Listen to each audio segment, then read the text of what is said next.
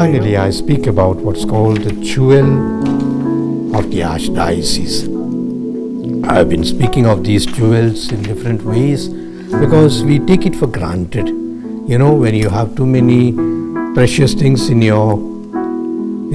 you, perhaps you put them in your cupboard, you put them this one, sometimes you pick up one, sometimes you're not even aware. You're not even aware. When the outsiders come, they say, Bangalore is beautiful. India is beautiful.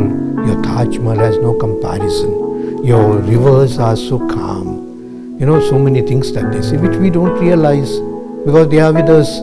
I say it's also in the matters of our religion or religious things, religious articles, religious monuments we have taken for granted.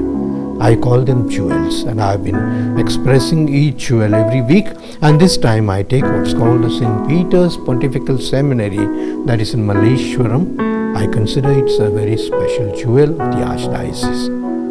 In the Archdiocese, it's placed in the Archdiocese. A little of history of this.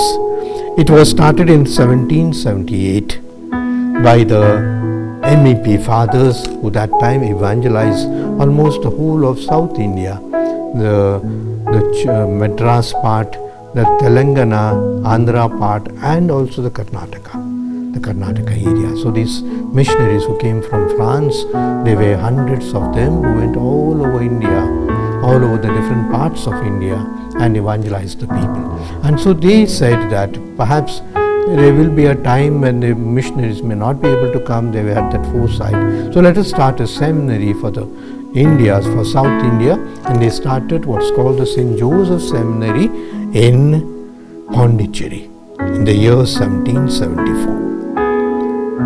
And so that was the first seminary.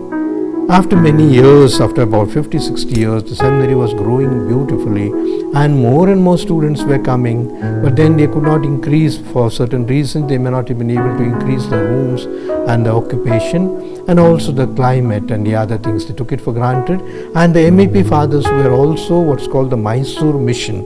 The Bangalore also came under them, and as you know, there are many churches and missions started by the MEP fathers, and they thought perhaps Bangalore is a better place, better climate, better surroundings, and therefore they decided to move this St. Joseph Seminary of Pondicherry to Bangalore. How did it become St. Peter's Seminary? The land was bought and the buildings were constructed with the help of what we call, in Rome we have a special congregation called St. Peter the Apostle Congregation that helps seminaries, seminarians, and they are the ones who are supposed to have given the major part of the funding of St. Peter's Seminary here in Bangalore. So therefore they considered it appropriate to name it St. Peter's Seminary. And so it was shifted to Bangalore in 1934.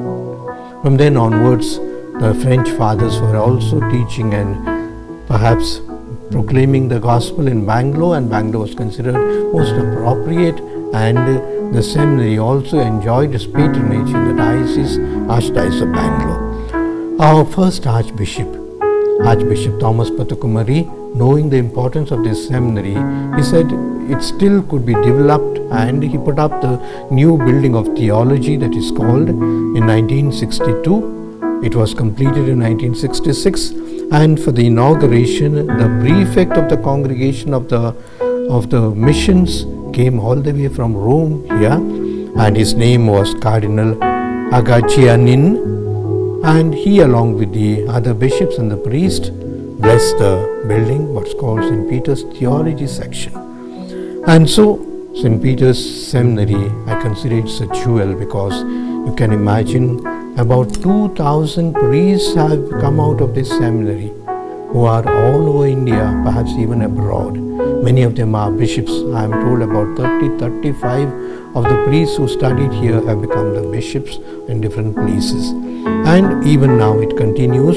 The faculty of philosophy, the faculty of theology, the faculty of moral sciences, moral theology, the faculty of Bible, the faculty of canon law, where the canon law lawyers are prepared, they are given license, and they work in the different tribunals of India. they are all studied here. So St. Peter's Seminary and also St. Peter's Pontifical Institute, these are two things that go hand in hand, and there's a big complex there. Many of our people, when they have seminars, last year there were 2 seminars for the lay people and also for the family. They had the good fortune to go there, and best was our altar servers meetings or gatherings are held there. Last year 850 altar servers, I am told, only from the city of Bangalore gathered there, and they were so happy because the sprawling grounds affords football matches, enjoyment, and at the same time the halls and the building is iconic. It's a monolithic of what we call the laterite, the special stones that are there. And the stones, the building is beautiful, and I'm sure when you not only consider it a jewel, that you will go and see this jewel sometime in your life. At present, there is a rector of the seminary called Father Richard Brito, and at the same time there is a Pontifical Institute, what we call the academic part of it. It's called St.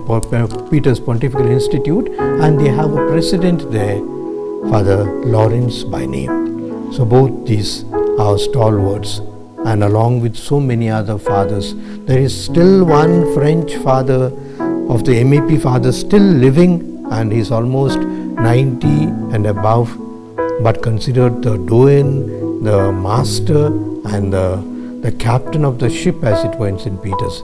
His name is Father Lucien Legrand. Old man, but then he's so gracious, always smiling. I hope when you go there, you ask whether you can meet him also, and you'll be happy. There are about 66 students who are doing MTH, that means the higher studies, the doctoral studies, the license studies. Plus we have seminarians, about 50 to 60 in the philosophy section, and little more than 100 in the theology section. So St. Peter's Seminary is a big jewel for us. We are proud of it, and I offer it for the people to go and see, so that we can also enjoy the fruits of our ancestors, the MAP fathers who have left this beautiful seminary for us. And it is presently managed by a board of bishops of Karnataka and also Tamil Nadu, which means the seminarians are from all over India, not only Karnataka. There are many from Tamil Nadu, there are some from North India, there are some from Kerala, and therefore it's like a national seminary which has got international sort of spectrum. It goes everywhere. We wish St. Peter's Seminary all the best in teaching, in spirituality, and very especially in bringing to the fore to the church new priests of a new generation.